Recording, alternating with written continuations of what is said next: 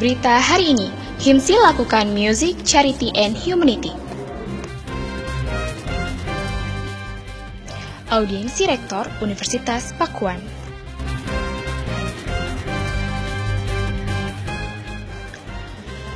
Mengulik sisi lain Museum Perjuangan Bogor.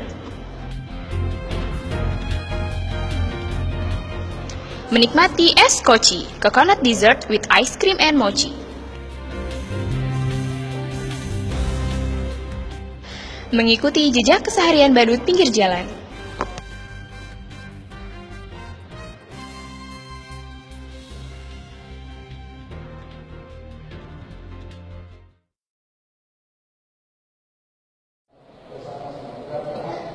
Selamat siang pemirsa, saya sekarang sedang berada di ruang Masudi Pasca Sarjana Universitas Pakuan.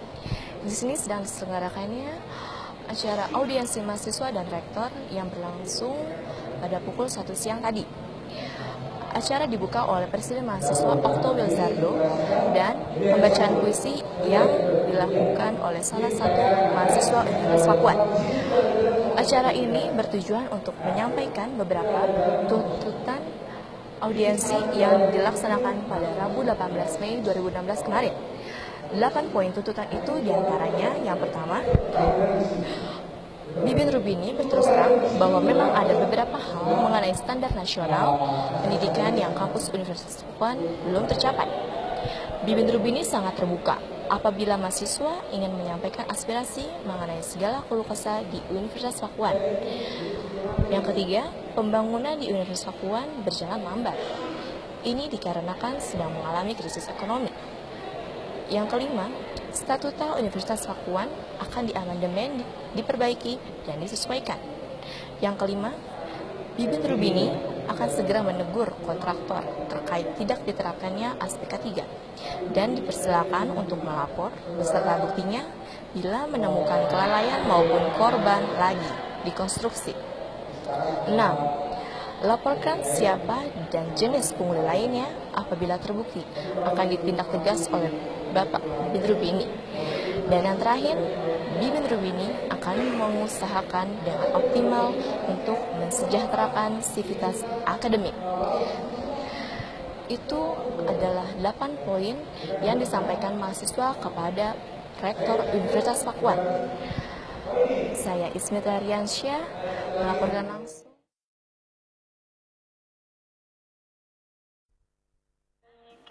Himpunan Mahasiswa Sastra Inggris atau HIMSI Fakultas Ilmu Sosial dan Ilmu Budaya Universitas Pakuan Bogor menggelar acara amal yang bertajuk Music, Charity, and Humanity atau MACH. Berbeda dengan tahun sebelumnya, yang mana HIMSI memberikan sosialisasi bahaya penyakit kanker. Namun kali ini, acara lebih menarik simpatisan untuk peduli HIV atau AIDS, serta pendidikan anak Indonesia khususnya yang berada di daerah pedalaman. Pemirsa, saya sedang berada di depan lapangan Fakultas Ilmu Sosial dan Ilmu Budaya Universitas Pakuan. Bisa Anda lihat di sini, sedang berlangsungnya acara Music, Charity, and Humanity yang diselenggarakan oleh Himpunan Sastra Inggris Universitas Pakuan. Ya, di sebelah saya sudah ada Ketua Pelaksana dari acara Music, Humanity, and Charity. Ya, dengan Mbak siapa? Nama saya Meiliana Indira Nanda. Saya ingin menanyakan, apa latar belakang dibuatnya acara ini? Oke, di sini kami membuat acara MACH, Music, Charity, and Humanity, karena salah satu dari Tridharma Mahasiswa Pengabdian Masyarakat. Di sini musik di sini sendiri karena kami mau mengapresiasi mahasiswa yang mempunyai bakat dan kami menjadi wadah mereka untuk mereka tampil di depan umum. Itu untuk musiknya. Untuk charity-nya amal itu kami mengundang yayasan kita dan itu yayasan Peduli AIDS, HIV AIDS, dan Urban Sakola ini Urang Bantu Sakola. Jadi Urban Sakola ini mereka membantu mengajar anak-anak Indonesia di pedalaman, khususnya di Bogor. Jadi mereka yang pendidikannya kurang memadai atau apa, mereka bantu. Jadi di sini charity-nya juga kami akan memberikan sedikit banyak donasi untuk yayasan kita dan Urban Sakola itu sendiri. Lantas kami di sini membuka penyuluhan tentang AIDS dan nanti akan dilanjutkan lagi dengan untuk komunitas Urban Sakola.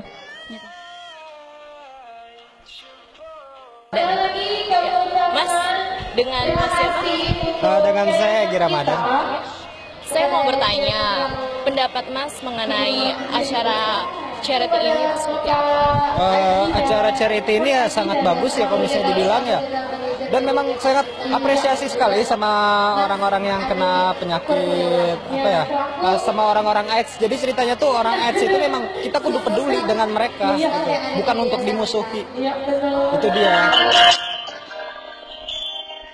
Dari Bogor, Ifni dan Rashid melaporkan.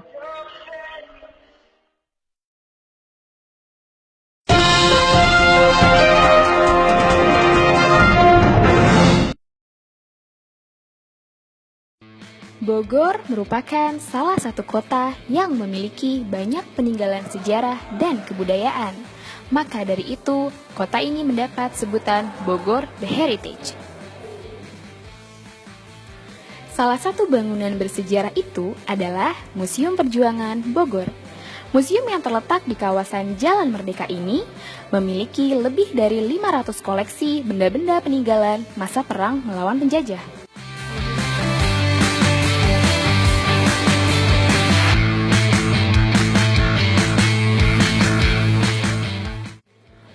Berbeda dari museum lainnya, pembangunan Museum Perjuangan ini turut melibatkan langsung para pejuang di masa itu. Benda yang merupakan bendera merah putih itu untuk para sesepuh kita yang tertembak sebelum masuk ke Jakarta.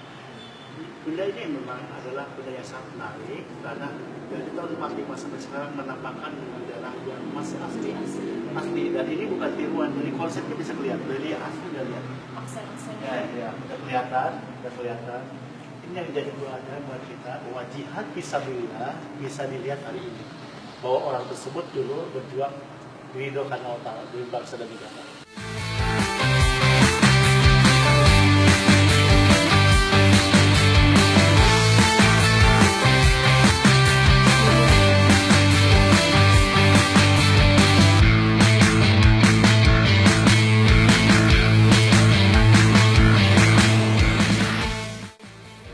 Tidak hanya sebagai tempat penyimpanan benda bersejarah, museum yang dibangun pada 10 November 1957 ini sempat digunakan sebagai kantor sementara Kabupaten Bogor. Selain karena minat masyarakat yang mulai menurun, kurangnya koordinasi antara pihak yayasan dan Pemkot Bogor menjadikan kondisi museum kurang mendapat perhatian. Menurut informasi yang didapat, pengelolaan Museum Perjuangan wacananya akan diambil alih oleh Kabupaten Bogor. Saya kira itu harus ada koordinasi antara pemerintah kota Kabupaten Bogor. Bagi kami sendiri ya memang tidak ada masalah kalau memang kabupaten siap untuk membantu anggaran.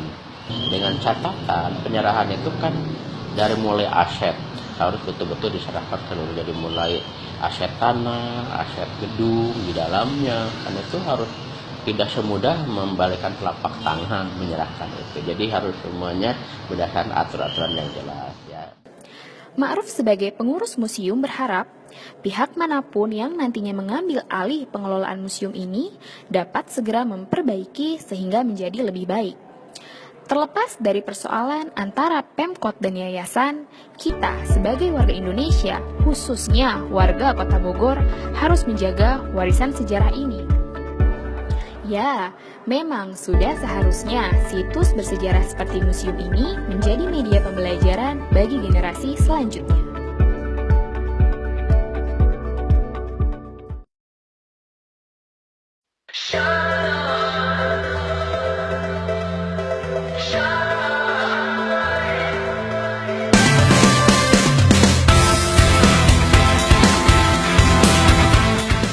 Bogor tak hanya menyuguhkan keindahan alamnya saja. Kota yang menjadi salah satu tujuan wisata ini juga memiliki berbagai kudapan ringan yang lezat. Salah satunya adalah es koci. Coconut Dessert with Ice Cream and Mochi. Jika Anda penggemar es krim klasik, kini waktunya menikmati cita rasa tersebut dengan tampilan dan varian rasa yang lebih modern. Alucas Dessert Shop yang berada di kawasan Panduraya, tepatnya di Jalan Ahmad Atmawijaya. Tempat ini merupakan pionir yang menjual olahan es krim batok kelapa di Kota Bogor.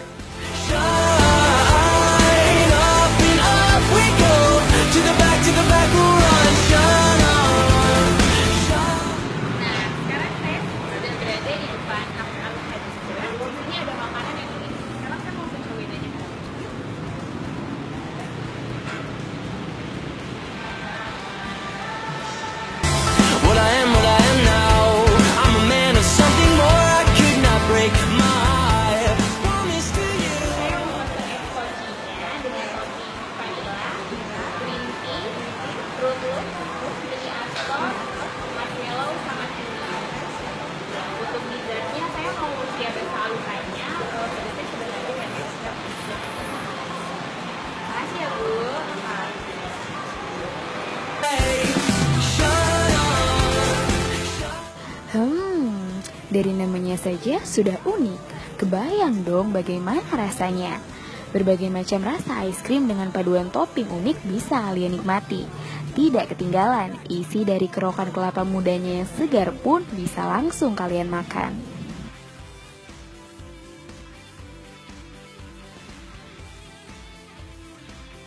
Dessert enak ini awalnya memang muncul di Thailand dan menjadi lebih populer setelah dibawa ke Indonesia. Di Thailand sendiri, kudapan ini bernama Thai Coconut Ice Cream yang disajikan dengan topping khas Thailand seperti kacang-kacangan dan umbi-umbian.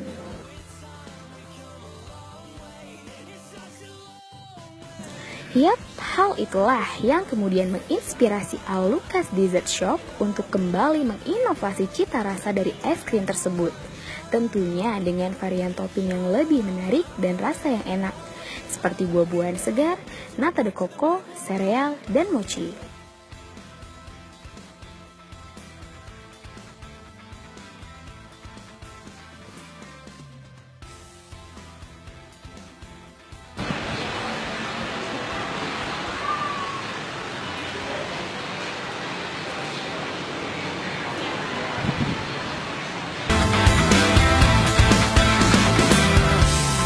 What you are now, what you are, what you wanna be. I could not break my promise to you.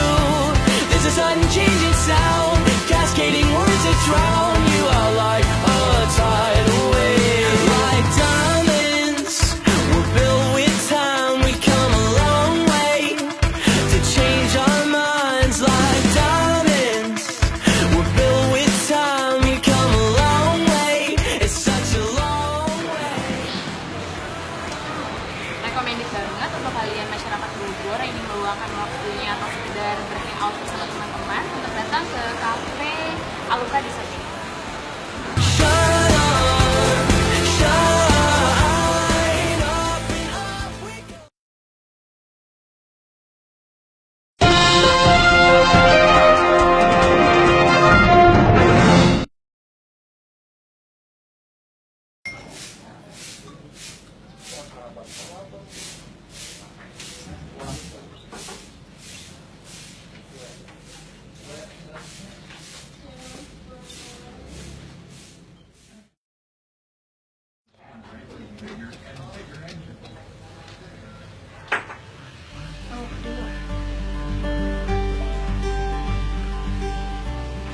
Di dalam hunian sederhana inilah Rian dan kawan-kawan tinggal.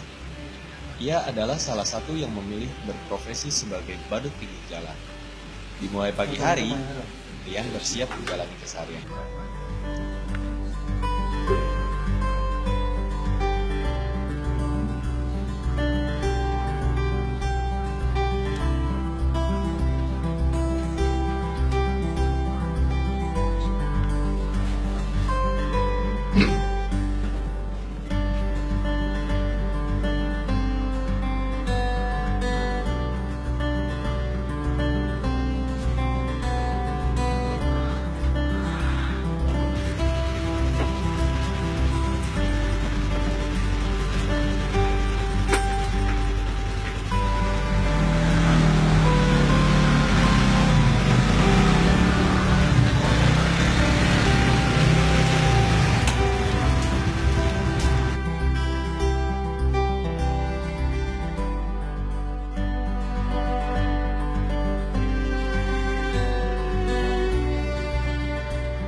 Segarnya udara pagi itu mendampingi semangat Rian untuk menghibur masyarakat di sekitar taman kota.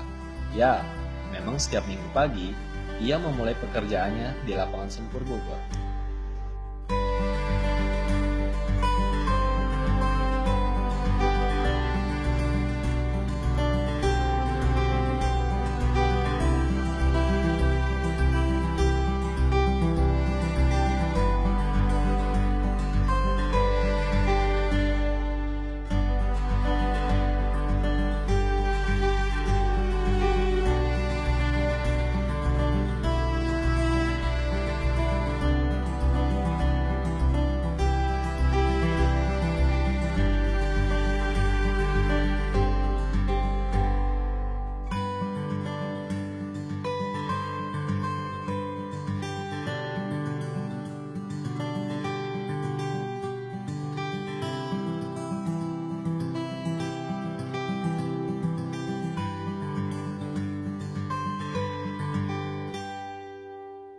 Walaupun pekerjaan menjadi badut terlihat sederhana, namun mereka tetap memperhatikan tampilan kostum agar terlihat menarik.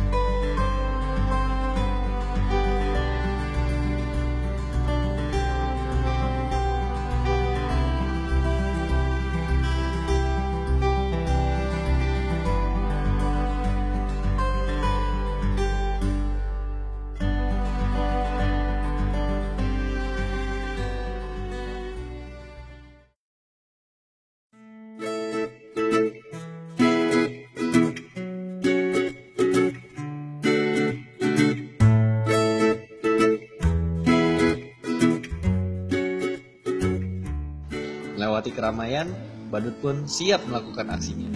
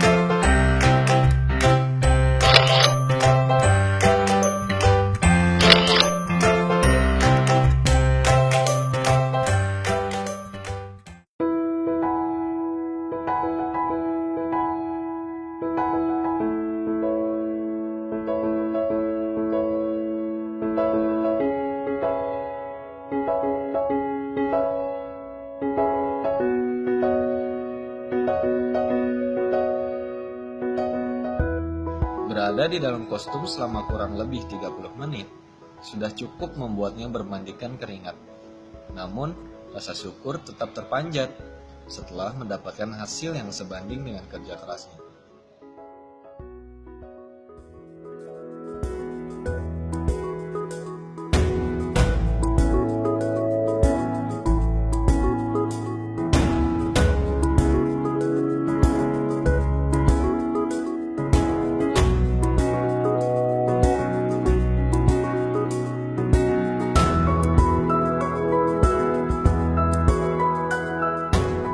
Beranjak siang hari, mereka pun mengemasi perlengkapan badutnya. Eits, bukan untuk kembali ke rumah, melainkan melanjutkan misi mereka untuk menghibur masyarakat di tempat berikutnya.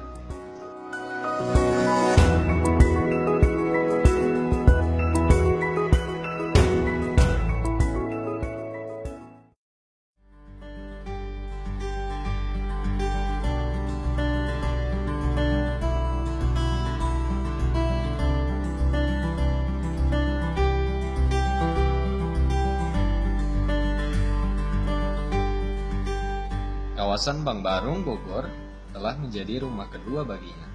Disinilah Rian dan kawan-kawan mengais rezeki sehari-hari.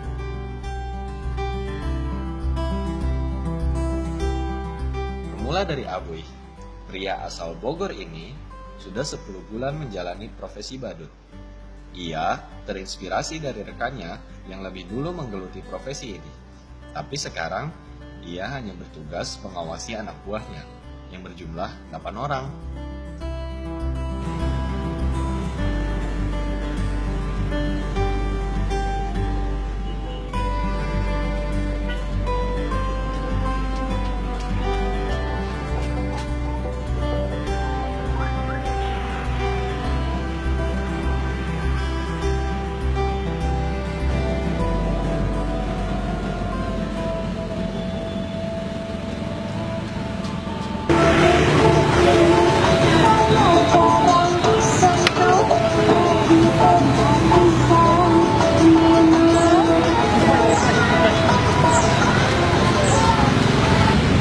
Namanya siapa?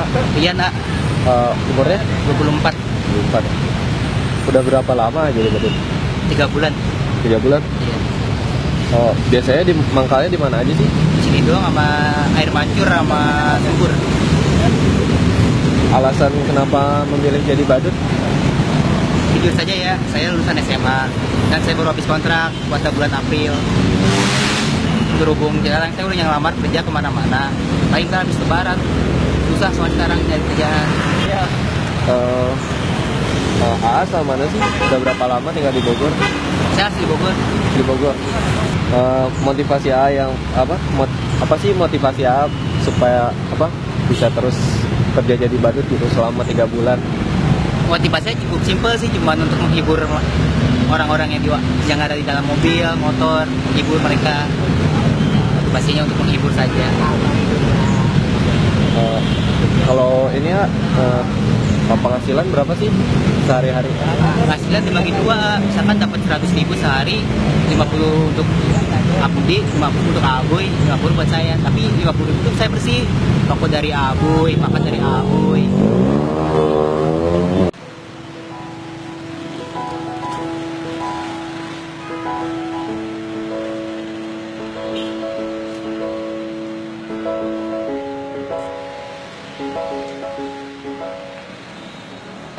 Sebenarnya nggak masalah, soalnya orang tuh kan gimana ya, dari duit itu kan terserah mereka ya gimana caranya. Jadi kalau misalnya kita tuh nggak pengguna jalan raya.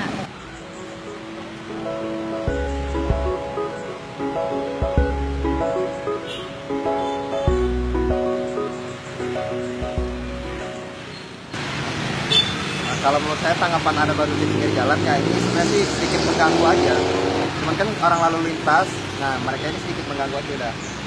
Sambar samping itu ini kan jalan umum, nggak ada peraturannya, ada orang di jalanan. Ini itu aja sih.